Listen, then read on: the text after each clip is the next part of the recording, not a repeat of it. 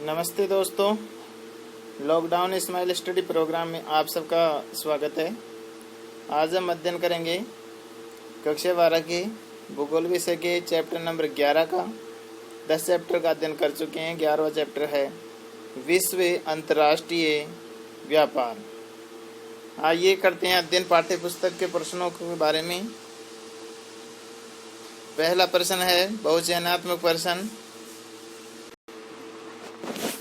पहला प्रश्न अंतर्राष्ट्रीय व्यापार के महत्वपूर्ण पक्षों में शामिल है। तो ये बताइए अंतर्राष्ट्रीय व्यापार के महत्वपूर्ण पक्षों में शामिल है। आंसर आएगा स, व्यापार का परिमाण। आइए देखते हैं अगला प्रश्न। गेट व्यापारिक समझौता लागू हुआ 1948 में। विश्व व्यापार संगठन का मुख्यालय कहाँ पर है? तो जेनेवा, यह है स्विट्जरलैंड में है। स्विट्जरलैंड में है, ठीक है, यूरोप कॉन्टिनेंट में। तो यूरोप महाद्वीप के स्विट्जरलैंड देश की राजधानी जेनेवा में यह विश्व व्यापार संगठन, जिसको अंग्रेजी में WHO बोलते हैं। अगला प्रश्न है विश्व व्यापार संगठन का मुख्य स्थापना कब हुई? तो इसका आंसर आएगा 1948। अंतर्राष्ट्रीय तेल उत्पादक राष्ट्रों का समूह क्या कहलाता है? तो इसका आंसर आएगा ओपेक, ठीक है, ओपेक। ऐसा कुछ नाम है इसका।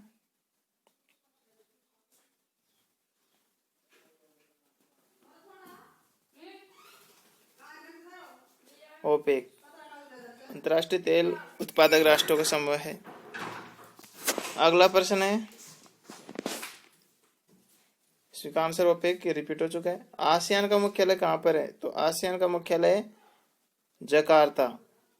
यह आसियान दक्षिणी एशियाई सहयोग संगठन देशों का एक समूह है जिसकी राजधानी जकार्ता इंडोनेशिया में है, ठीक है। आइए अगला प्रश्न देखते हैं, अति लघुतरात्मक प्रश्न। आशा करता हूँ कि आप सब पेन कॉपी लेकर के बैठे होंगे और इनको लिख रहे होंगे। पहला प्रश्न, अंतर्राष्ट्रीय व्यापार की परिभाषा। विभिन्न राष्ट्रों के मध्य राष्ट्रीय सीमाओं के आर पार वस्तुओं और सेवाओं के आदान प्रदान को अंतर्राष्ट्रीय व्यापार कहा जाता है। गेट क्या है? ये विश्व की प्रथम विशाल व्यापारिक समझौता है जिसमें अनुबंध करने वाले विश्व के विभिन्न देशों को अपनी व्यापारिक समस्याओं को बातचीत करने और उनके समाधान ढूंढने के लिए एक मंच प्रदान करता है, जिसको गेट बोलते हैं, ठीक है। ये विश्व की प्रथम विशाल व्यापारिक समझौता है जिसमें अनुबंध, यानी कि इस गेट के थ्रू अनुबंध किया जाता था और एक दो देशों के बीच में व्यापार क्रियाएं होती थी। विश्व व्यापार संगठन WTO, सॉरी पहले WHO बता दिया था। तो WHO विश्व स्वास्थ्य संगठन है, तो ये वर्ल्ड हेल्थ ऑर्गेनाइजेशन, और ये WTO है जो विश्व वर्ल्ड ट्रेड ऑर्गेनाइजेशन।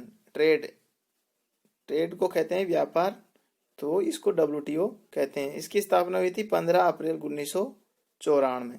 तो याद रखिएगा 15 अप्रैल 1994 में WTO की स्थापना हुई थी। तो वहां पर करेक्शन कर लीजिए, WHO नहीं है, WTO है। विश्व व्यापार संगठन का मुख्यालय कहाँ पर है? स्विट्जरलैंड के जेनेवा में।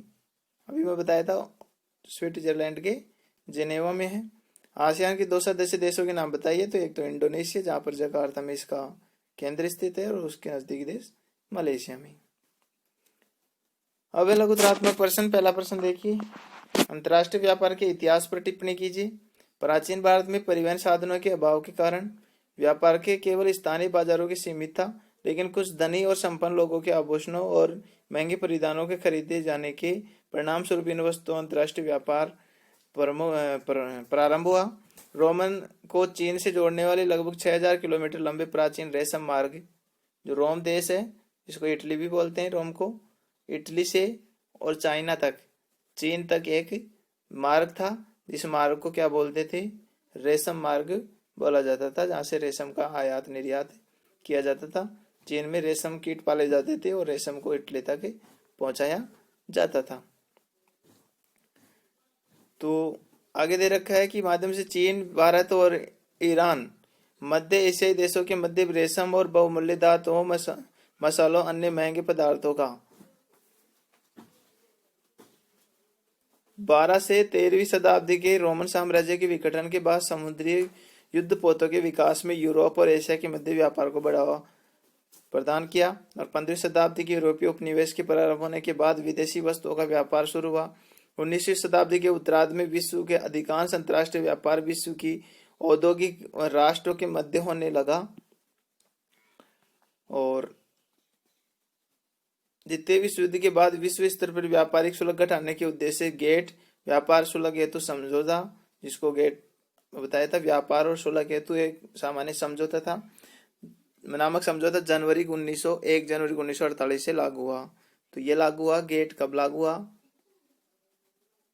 1 जनवरी 1948 को। ठीक है, तो लिख लीजिए 1 जनवरी 1948। अगला प्रश्न है अंतरराष्ट्रीय व्यापार, गेट और डब्ल्यूटीओ पर एक टिप्पणी लिखिए। दोनों पर अलग अलग टिप्पणी लिखनी है। गेट और डब्ल्यूटीओ, वर्ल्ड ट्रेड ऑर्गेनाइजेशन। व्यापार और शुल्क हेतु सामान्य समझौता, जिसको गेट विश्व का प्रथम और सबसे बड़ा अंतर्राष्ट्रीय स्तर पर किया गया एक व्यापारिक समझौता था, जिस पर 1947 यानी 30 अक्टूबर 1947 को विश्व के 96 देशों ने हस्ताक्षर किए। व्यापारिक समझौता 1 जनवरी 1948 को लागू हो गया। विश्व के कुल व्यापार में लगभग 80% की साझेदारी रखने वाला यह समझौता एक बहुपक्षीय अंतर्राष्ट्रीय संधि था। गेट अंतर्राष्ट्रीय व्यापार की एक ऐसी आचार संहिता युक्त संस्था थी जिससे समय समय पर विश्व के विभिन्न देशों को एकत्रित होकर अपनी व्यापारिक समस्याओं पर बातचीत करने तथा उनका समाधान ढूंढने के लिए एक मंच प्रदान किया। गेट का मुख्यालय जेनेवा, स्विट्जरलैंड में था। 1 जनवरी 1995 को गेट समझौता समाप्त हो गया और उसके स्थान पर विश्व व्यापार संगठन का गठन किया गया 1 जनवरी 1995 को। तो गेट हो गया समाप्त और अस्तित्व में क्या आ गया? डब्ल्यूटीओ 1 जनवरी 1995।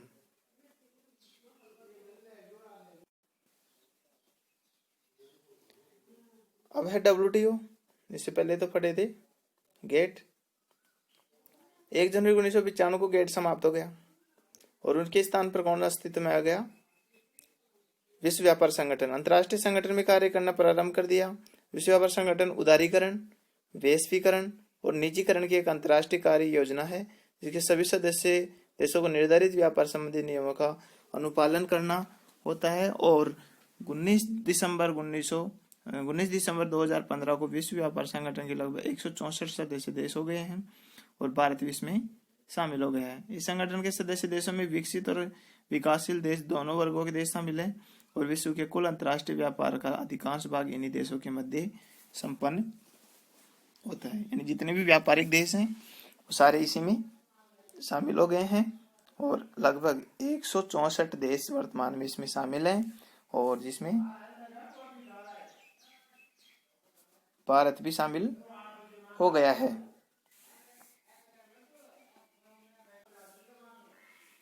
अंतरराष्ट्रीय अगला प्रश्न, अंतरराष्ट्रीय व्यापार के लाभों पर प्रकाश डालिए। अंतरराष्ट्रीय व्यापार के अनेक आर्थिक, सामाजिक, सांस्कृतिक लाभ प्राप्त होते हैं। पहला है उत्पादन में वृद्धि। पहला लाभ, उत्पादन में विश्व का प्रत्येक देश उन वस्तुओं का विदेशों को निर्यात करता है जिन्हें वह अन्य देशों की तुलना में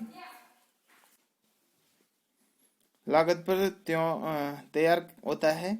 और निर्यात, देश निर्यात में वृद्धि उस वस्तु के उत्पादन में विशिष्टीकरण प्राप्त करते हैं, उनका उत्पादन बढ़ाने में सफल हो जाते हैं। राष्ट्रीय आय में वृद्धि और निर्यातों से प्राप्त आय में संबंधित। दूसरा लाभ है राष्ट्रीय आय में वृद्धि, निर्यातों से प्राप्त आय से संबंधित देशों में राष्ट्रीय आय में वृद्धि होती है। तीसरा है अतिरेक का निर्गमन, किसी देश के आंतरिक आवश्यकता से अधिक उत्पादित वस्तुओं का विदेशों को निर्यात कर विदेशी पूंजी प्राप्ति की जाती है और संसाधनों का कुशल प्रबंधन होता है। अंतर्राष्ट्रीय व्यापार द्वारा तुलनात्मक लाभ की दृष्टि से संसाधनों का कुशल उपयोग कर लिया जाता है। ये तो 4 लाभ हो गए, मुख्य लाभ। एक बार फिर से देख लीजिए इन लाभों को, ब्रीफ में देख लीजिए कि पहला लाभ है उत्पादन में वृद्धि, पहले तो इसको याद कर लीजिए। दूसरा है राष्ट्रीय आय में वृद्धि, तीसरा अतिरेक का निर्गमन और चौथा है संसाधनों का कुशल प्रबंधन। अन्य लाभ भी हैं, देखिए अन्य लाभ में पहला है श्रम विभाजन विशिष्टीकरण के लाभ, अंतर्राष्ट्रीय बाजार का विस्तार, वृहद स्तर पर उत्पादन, वस्तु और सेवाओं की उपलब्धता और वस्तुओं के मूल्य में समता, विभिन्न देशों की सांस्कृतिक भाषा, धर्म, परंपराओं तथा रीति रिवाजों से परिचय। तो कुल ये 6 अन्य लाभ हैं और 4 मुख्य लाभ हैं।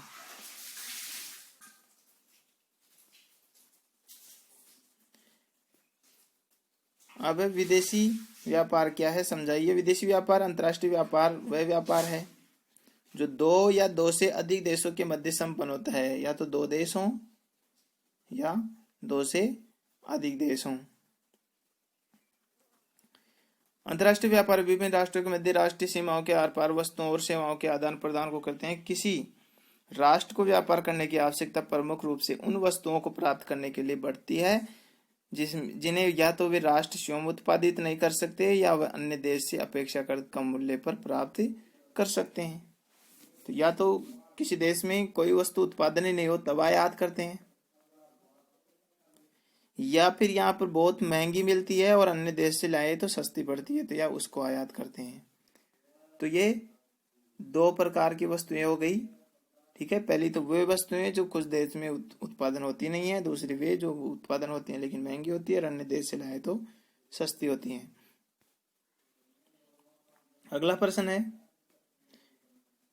प्रादेशिक व्यापार समूह को समझाते हुए किसी एक व्यापार समूह पर प्रकाश डालिए। प्रादेशिक व्यापार की मदों में भारतीय सामीप्य, एक रूपता और पूरकता के साथ देशों के मध्य व्यापार को बढ़ाने और विकासशील देशों के व्यापार पर लगे प्रतिबंध को हटाने के उद्देश्य से गठित समूह को प्रादेशिक व्यापार समूह कहा गया है। इन व्यापारिक समूहों को विकास प्रादेशिक स्तर पर व्यापार को बढ़ाने के उद्देश्य से हुआ है। यूरोपीय संघ संगठन को संक्षेप में EU कहा जाता है। यूरोपीय संघ को EU कहते हैं, इसे यूरोपीय और यू से यूनियन संगठन, ठीक है। यूरोपीय संगठन का मूल रूप मार्च 1957 में मार्च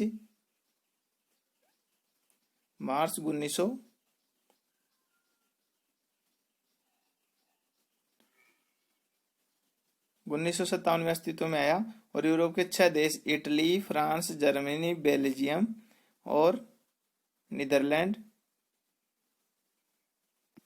ये शामिल हैं।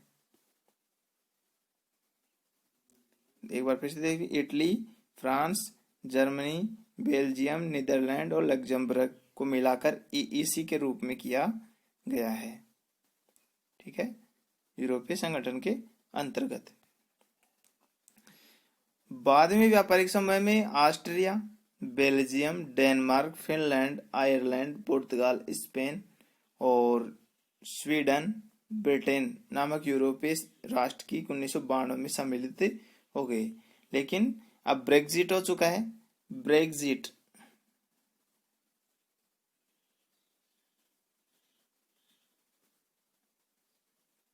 यानी कि ब्रिटेन एग्जिट हो चुका है। एग्जिट का मतलब बाहर, तो ब्रिटेन इससे बाहर हो चुका है। अब ब्रिटेन इसमें शामिल नहीं है। इसका नाम EU पड़ा और व्यापारिक समूह का मुख्यालय बेल्जियम में है जी, बेल्जियम के ब्रसेल्स नगर में स्थित है। और कृषि उत्पाद, खनिज, रसायन, लकड़ी, कागज, परिवहन की गाड़ियां, ऑप्टिकल उपकरण, घड़ियां, कलाकृतियां, वस्तु और व्यापारिक समूह की प्रमुख व्यापारिक वस्तुएं। इसके अलावा यूरोपीय संघ के देशों में एकल मुद्रा के साथ एकल बाजार भी मिलता है।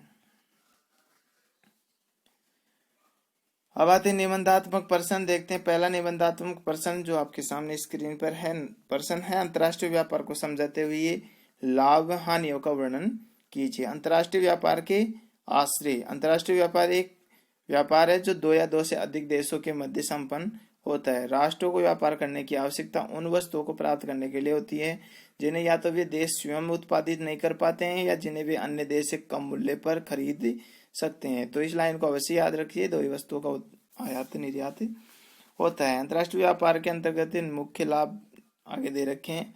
अभी भी कुछ देर पहले अपनी लघुतरात्मक प्रश्न में भी देखे थे कि अंतर्राष्ट्रीय व्यापार के क्या लाभ हैं। तो आइए फिर से देख लेते हैं। आपका रिवीजन ही होगा इससे कि उत्पादन में वृद्धि पहला लाभ। अंतर्राष्ट्रीय व्यापार में देश उत्पादन विशिष्टीकरण माध्यम से जहां तुलनात्मक रूप से कम मूल्य पर किसी वस्तु को तैयार कर लेते हैं तो उस वस्तु का निर्यात दूसरे देश में करने लगते हैं, जिससे तैयार वस्तु के उत्पादन में वृद्धि होने लगती है। ठीक है, जो निर्यात करेंगे जो उत्पादन में वृद्धि होती चली जाएगी। राष्ट्रीय आय में वृद्धि, किसी वस्तु के विदेशों से होने वाले निर्यातों में विदेशी पूंजी प्राप्त होती है, तो जिससे राष्ट्रीय आय में वृद्धि देखने मिलती है। इकोनॉमिक्स का पार्ट है, तो आपको उतना याद रखना है कि राष्ट्रीय आय में वृद्धि होती है अंतर्राष्ट्रीय व्यापार से। अतिरेक का निर्गमन, अतिरेक का मतलब होता है अधिक वस्तुएं जहां पर रहती हैं उसको अतिरेक बोलते हैं। व्यर्थ पड़े संसाधनों जैसे भूमि, श्रम आदि का उपयोग बढ़ जाता है और वह देश की आंतरिक मांग में अधिक मात्रा का निर्यात कर लाभ प्राप्त किया जाता है। संसाधनों का कुशलतम उपयोग होता है। अंतर्राष्ट्रीय व्यापार में भागीदारों में तुलनात्मक लाभ की दृष्टि से संसाधनों का कुशलतम उपयोग करने लग जाते हैं। और अगला दे रखा है 5 नंबर पर श्रम विभाजन और विशिष्टीकरण का लाभ। अंतर्राष्ट्रीय व्यापार में संलग्न देशों को क्षेत्रीय श्रम विभाजन और विशिष्टीकरण के सभी लाभ प्राप्त होने लगते हैं। अगला है बाजार का विस्तार। अंतर्राष्ट्रीय व्यापार में वस्तुओं तथा सेवाओं के बाजार की सीमा का विस्तार होने लगता है। बड़े पैमाने पर उत्पादन अंतर्राष्ट्रीय व्यापार में वस्तुओं की मांग में वृद्धि होती है। इनकी आपूर्ति के लिए बड़े पैमाने पर वस्तुओं का उत्पादन होने लगता है।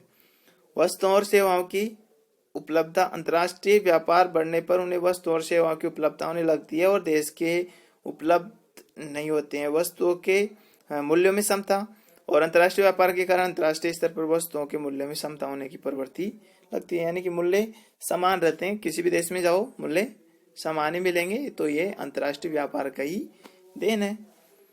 तो बाजार का विस्तार, बड़े पैमाने पर उत्पादन, वस्तुओं और सेवाओं की उपलब्धता और मूल्य। 10 नंबर पर है सांस्कृतिक लाभ। अंतर्राष्ट्रीय व्यापार सभ्यता और संस्कृति का सर्वोत्तम प्रचार प्रसार होता है।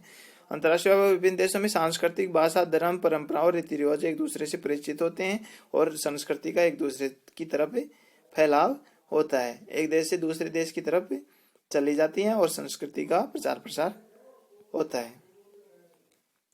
अब कुछ हानियां भी होती हैं अंतर्राष्ट्रीय व्यापार से, तो हानियां देख लेते हैं। पहला है प्राकृतिक संसाधनों का अत्यधिक दोहन, तो ये प्रकृति विनाशक होता है अंतर्राष्ट्रीय व्यापार। अधिकाधिक विदेशी मुद्रा कमाने के उद्देश्य से विश्व के विकासशील राष्ट्र अपने यहाँ के प्राकृतिक संसाधनों का अधिकाधिक विदोहन करने लगते हैं, जिन्हें क्षेत्रीय विशेष रूप से खनिज संसाधनों के परिचित भंडार तेजी से समाप्त होने लगते हैं। देश का एकाकी विकास होता है।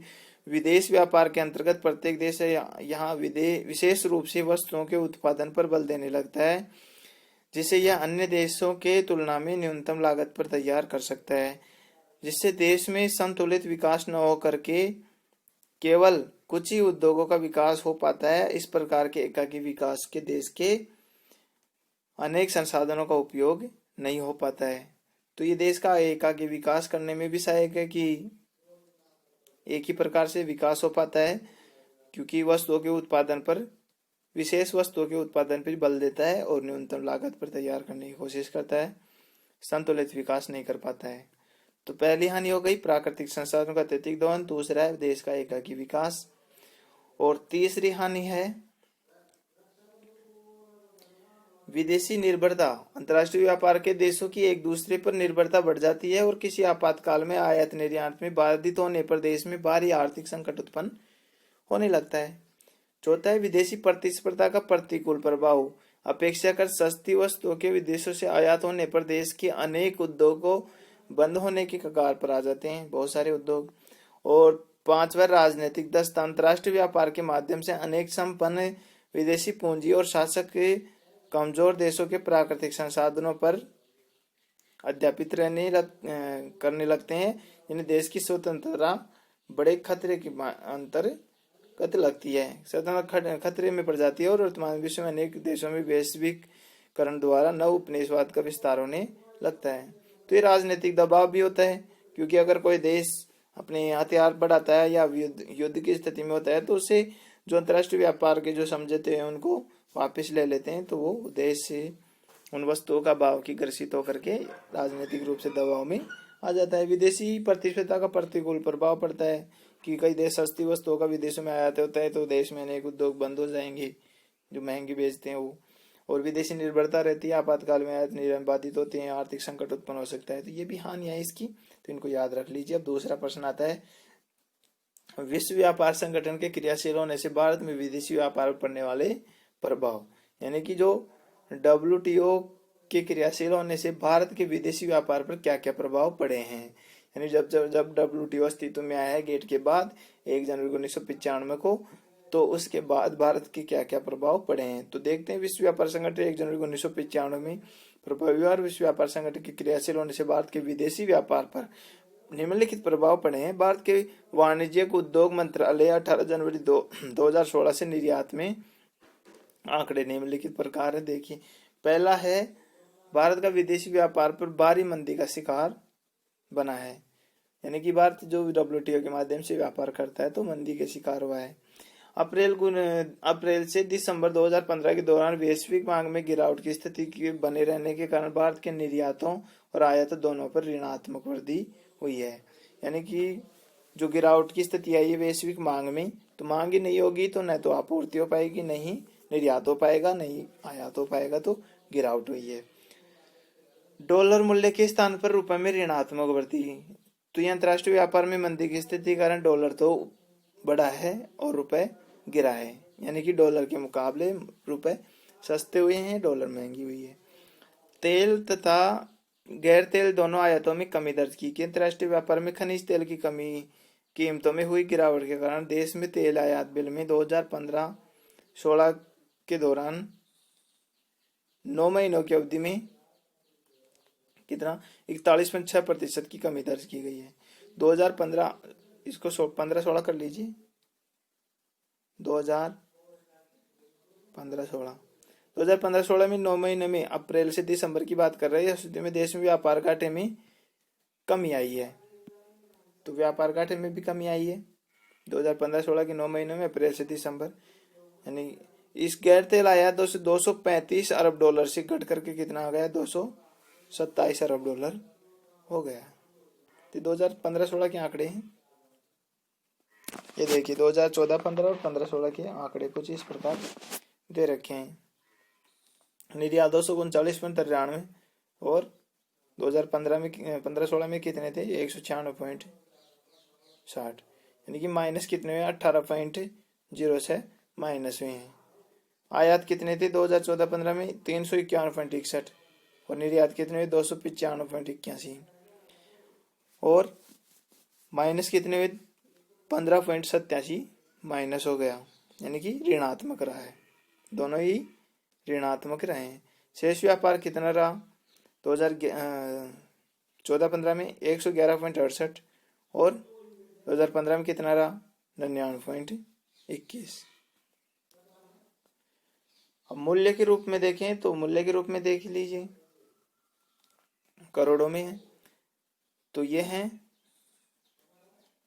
14,58,094 करोड़ रुपए, और इधर है 12,77,237, तो 223 करोड़ रुपए, तो माइनस 12.67 करोड़ रुपए की कमी दर्ज की गई है निर्यात में। और आयात में भी कमी हुई है, 21,36,835 से घट करके कितना हो गया, 19,15,849, यानी कि 10.34 करोड़ रुपए कम हुई है। शेष व्यापार देख लीजिए, यानी कि इन दोनों का डिफरेंस यानी कि अंतर, 6,78,761 कमी दर्ज की गई है। और इधर देख लीजिए 2000, ये दो 15-16 के हैं और यह हैं 2014-15 के, 6,42,578 प्रतिशत में दर्शाया गया है। अगला प्रश्न है, अंतर्राष्ट्रीय व्यापार के महत्व को बताते महत्वपूर्ण पक्षों का वर्णन कीजिए। अंतर्राष्ट्रीय व्यापार का महत्व, अंतर्राष्ट्रीय व्यापार उत्पादन में विशिष्टीकरण का परिणाम है। यदि विभिन्न देश वस्तुओं के उत्पादन और वस्तुओं का उपलब्धता में श्रम विभाजन और विशिष्टीकरण का प्रयोग में लाते हैं तो अंतर्राष्ट्रीय व्यापार संपूर्ण विश्व की अर्थव्यवस्था को लाभ प्रदान करता है और विशिष्टीकरण को लाभ को जन्म दे सकता है। इस प्रकार अंतर्राष्ट्रीय व्यापार वस्तुओं और सेवाओं की तुलना में लाभ, परिपक्वता, हस्तांतरणीय और सिद्धांत की पर आधारित होते हैं। सिद्धांत व्यापारी की भागीदारी समान रूप से लाभदायक होनी चाहिए और वर्तमान समय में व्यापार विश्व के आर्थिक संगठनों का आधार बन गया है और राष्ट्रों के विदेश निवेश में संबंधित हो गया है। आज सुविकसित परिवहन और संचार प्रणाली से युक्त कोई भी देश अंतर्राष्ट्रीय व्यापार में हिस्सेदारी में मिलने वाले सभी लाभों को छोड़ने का इच्छुक नहीं है और अंतर्राष्ट्रीय व्यापार में महत्वपूर्ण पक्ष अंतर्राष्ट्रीय पक्ष की 4 महत्वपूर्ण पक्ष अवयव हैं। पहला है व्यापार की मात्रा या परिणाम, व्यापार के संयोजन, और तीसरा है व्यापार की दिशा और चौथा है व्यापार संतुलन। तो ये देखिए क्या होते हैं व्यापार की मात्रा। व्यापार की गई वस्तुओं का वास्तविक भार व्यापार की मात्रा या परिणाम कहलाता है, किंतु वस्तु की मात्रा कभी वस्तुओं का मूल्य या सूचक नहीं हो सकती। यही नहीं, व्यापारिक वस्तुओं को तौल में नहीं मापा जा सकता।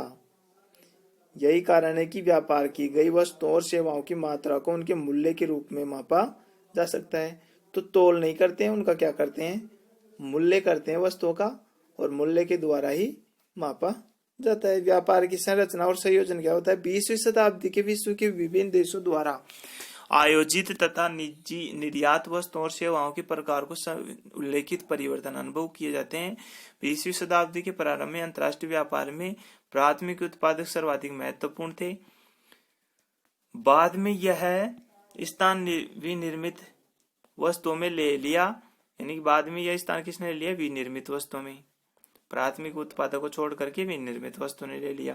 प्राथमिक व्यवसाय, द्वितीय व्यवसाय में आपको पढ़ाया था, उसी से संबंधित पाठ है। वर्तमान विश्व में व्यापार में सर्वव्यापी योगदान विनिर्मित क्षेत्र का हो गया है, यानी कि पहले माल तैयार करो और फिर निर्यात करो। विश्व व्यापार में सेवा क्षेत्र का प्रतिशत सतत रूप से बढ़ रहा है। तीसरा दे रखा है व्यापार की दिशा। 18वीं शताब्दी तक विनिर्मित मूल्य वस्तुओं के विश्व के वर्तमान विकासशील राष्ट्र यूरोपीय देशों को निर्यात करते थे। 19वीं शताब्दी में यूरोपीय देशों में उपनिवेशों के खाद्य पदार्थ और कच्चे माल का आयात किया है तथा बदले में यूरोपीय देशों में विनिर्मित वस्तुओं को अपने उपनिवेश से निर्यात किया है। यूरोप, संयुक्त राज्य अमेरिका, जापान विश्व के महत्वपूर्ण व्यापारिक साझेदार के रूप में सामने आए हैं। 20वीं शताब्दी में यूरोप के उपनिवेश समाप्त हो गए हैं। भारत, चीन, अन्य विकासशील राष्ट्रों के अंतर्राष्ट्रीय व्यापार में साझेदारी बढ़ा, तभी इन राष्ट्रों में विश्व में विकसित राष्ट्रों में प्रतिस्पर्धा होने लगी है। और चौथा दे रखा है व्यापार संतुलन। व्यापार संतुलन के अंतर्गत किसी देश के द्वारा अन्य देशों को की गई वस्तुओं और सेवाओं का निर्यात मात्रा तथा अन्य देशों के लिए आयात की मात्रा का प्रलेखित किया गया है, यानी कि निर्यात कितना हुआ है और आयात कितना हुआ है, दोनों का अंतर व्यापार संतुलन बताता है। अगर ऋणात्मक रहता है तो ऋणात्मक और धनात्मक रहता है तो धनात्मक। जैसे निर्यात ज्यादा हुआ, आयात कम हुआ तो वो धनात्मक होता है, और निर्यात कम हुआ और आयात ज्यादा हुआ तो वो ऋणात्मक रहता है। यदि किसी देश का आयात मूल्य उसके निर्यात मूल्य की तुलना में अधिक है तो वह देश का व्यापारिक संतुलन ऋणात्मक होगा। अभी मैं आपको बताया वही बात है।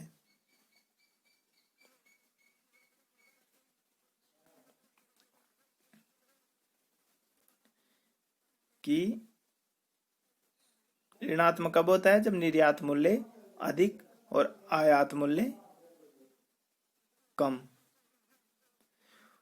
प्रतिकूल कहा जाता है उसको। जबकि निर्यात मूल्य जबकि आयात मूल्य की तुलना में अधिक होता है, निर्यात मूल्य आयात मूल्य की तुलना में अधिक होता है तो वो धनात्मक। निर्यात ज्यादा करें, आयात कम करें तो वो अनुकूल व्यापार संतुलन कहते हैं। किसी देश की अर्थव्यवस्था में व्यापार संतुलन, भुगतान संतुलन तथा अति महत्वपूर्ण है। ठीक है, व्यापार संतुलन और चौथा प्रश्न है निबंधात्मक प्रादेशिक व्यापार समूह संगठनों का वर्णन कीजिए, जिसमें पहला संगठन ASEAN association of south east ASEAN Nations, ASEAN बोलते हैं जिसको, अगस्त 1967 में अस्तित्व में आसियान व्यापारिक समूह और 7 दक्षिणी पूर्वी एशियाई देशों से मिलकर के बनाया। ही Brunei, Indonesia, Malaysia, Singapore, Thailand, Vietnam और म्यांमार। भारत इसका सदस्य देश नहीं है, फिर भी इसकी बैठकों में भाग लेता है। ये भारत की अनोखी विशेषता है। इसका मुख्यालय इंडोनेशिया के जकार्ता नगर में। परस्पर व्यापार के अलावा आर्थिक वृद्धि में त्वरित करना है। सांस्कृतिक विकास और शांति, प्रादेशिक अस्तित्व का इस समय के प्रमुख उद्देश्य है। व्यापार की वस्तुएं कृषि उत्पाद, रबर, पाम ऑयल, चावल निर्यात, कॉफी, सॉफ्टवेयर उत्पादन, खनिज, तांबा, निकल, टंगस्टन, ऊर्जा के साधन, कोयला, पेट्रोलियम, प्राकृतिक, इन वस्तुओं का क्या होता है, इसमें व्यापार होता है। अगला संगठन है CIS, Commonwealth of independent states, CIS के नाम से बोलते हैं। सोवियत संघ रूस से विघटित 12 देश कौन कौन से? Armenia, Azerbaijan, Belarus, Georgia, Kazakhstan, Kyrgyzstan, Moldova, रूस, ताजिकिस्तान, तुर्कमेनिस्तान, यूक्रेन और उज्बेकिस्तान में सम्मिलित किया गया है। यानी कि रूस से जब सोवियत संघ रूस देश अलग हो गया और ये 12 देश अलग हो गए। इन व्यापारिक समूह का मुख्यालय बेलारूस देश के मिन्स्क नगर में स्थित है और परस्पर व्यापार की अर्थव्यवस्था, प्रतिरक्षा, विदेशी नीति मामलों में समन्वय सहयोग व्यापारिक समूह का प्रमुख उद्देश्य है। औषधि तेल, प्राकृतिक गैस, सोना, कपास, रेशे, एल्यूमिनियम व्यापारिक वस्तुएं इनकी व्यापारिक वस्तुएं हैं जिनका आयात निर्यात ये करते हैं। अगला संगठन है यूरोपीय संघ, यूरोपियन यूनियन भी जिसको बोलते हैं और शॉर्ट में इसको EU बोलते हैं। यूरोपीय संघ का मुख्यालय मुख्य रूप से मार्च 1957 में यूरोप के 6 देश मिलकर के इसका अस्तित्व में लाए और Italy, France, Germany, Belarus, Holland व लग्जमबर्ग इसके सदस्य थे। बाद में इसमें Australia, Denmark, Finland, Ireland, Portugal, Spain, Sweden, Britain भी जुड़ गया, लेकिन ब्रिटेन अब वर्तमान में इससे अलग हो गया है। ठीक है। इस व्यापारिक समूह का मुख्यालय बेल्जियम के ब्रसेल्स नगर में है। बेल्जियम यूरोप का ही देश है। कृषि उत्पाद, खनिज, रसायन, लकड़ी, कागज, परिवहन की गाड़ियां, ऑप्टिकल उपकरण, घड़ियां, कलाकृतिक पुरावस्तुएं व्यापारिक समय की प्रमुख व्यापारिक वस्तुएं जिनका आयात निर्यात ये अपने ही देश के अंतर्गत करते हैं। इन्हीं देशों के बीच में आयात निर्यात होता रहता है। एकल मुद्रा के एकल बाजार भी मिलता है। अगला संगठन Latin America integrate association, Latin America integrate association, इसको LAIA भी बोलते हैं। 1960 में स्थापित किया गया और 10 लैटिन अमेरिका यानी कि दक्षिण अमेरिका के देश हैं। Argentina, Bolivia, Brazil, Colombia, Ecuador, Mexico, Paraguay, Peru, Uruguay, Venezuela इसमें शामिल है। व्यापारिक समूह का मुख्यालय उरुग्वे के मोंटेवीडियो नगर में स्थित है। प्रादेशिक व्यापारिक समूह का मुख्य उद्देश्य दक्षिण अमेरिका के देशों में परस्पर व्यापार करना है। तो उरुग्वे देश को याद रखिए और मानचित्र में देखिए कहां पर है, और उसका मोंटेवीडियो देश भी नाम को याद रखिएगा। अगला है NAFTA, north American free trade association. NAFTA NAFTA, NAFTA बोलते हैं इसको, north American free trade association. व्यापारिक संगठन 1988 में अस्तित्व में है और 2 बड़े व्यापारिक संयुक्त राष्ट्र अमेरिका और कनाडा इसके मध्य व्यापारिक समझौता का समाप्त करने के लिए किया गया है। सन 1954 में व्यापारिक समूह का विस्तार हुआ और मेक्सिको को भी इसमें सदस्य बना लिया गया है। अब इस संघ में लैटिन अमेरिका देशों को भी सम्मिलित कर लिया गया है और कृषि उत्पाद, मोटर गाड़ियां, स्वचालित पुर्जे, कंप्यूटर तथा वस्तुओं इस व्यापारिक संघ का महत्वपूर्ण व्यापारिक वस्तुएं हैं। यानी कि दक्षिण अमेरिका के देश भी सम्मिलित हो गए। शुरू में 2 थे, संयुक्त राज्य अमेरिका और कनाडा, बाद में मेक्सिको भी शामिल हो गया और अब दक्षिण अमेरिका के देश भी इसमें शामिल हो गए। अगला समूह है ओपेक या तेल निर्यातक राष्ट्रों का संगठन। 1949 में स्थापित तेल व्यापारिक राष्ट्रों के संगठन में सदस्य देश Algeria, Indonesia, Canada, Iraq, Kuwait, Libya, Niger, Qatar, Saudi Arab, संयुक्त अरब अमीरात और वेनेजुएला।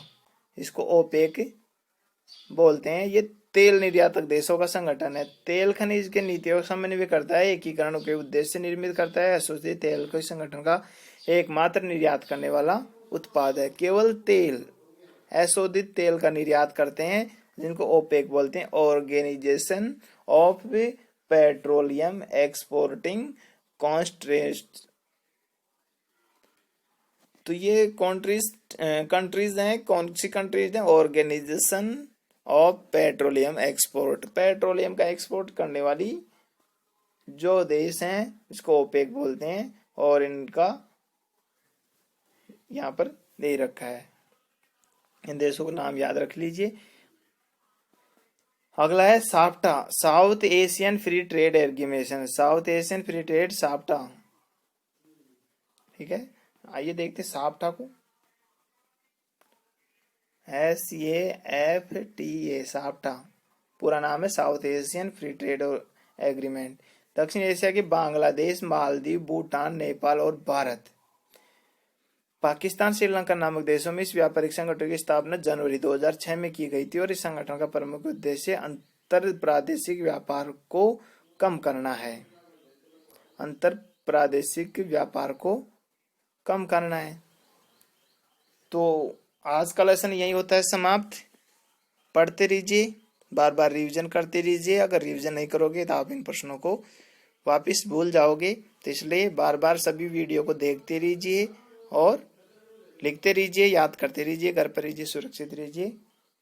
मिलते हैं अगले वीडियो में, तब तक के लिए धन्यवाद, नमस्कार।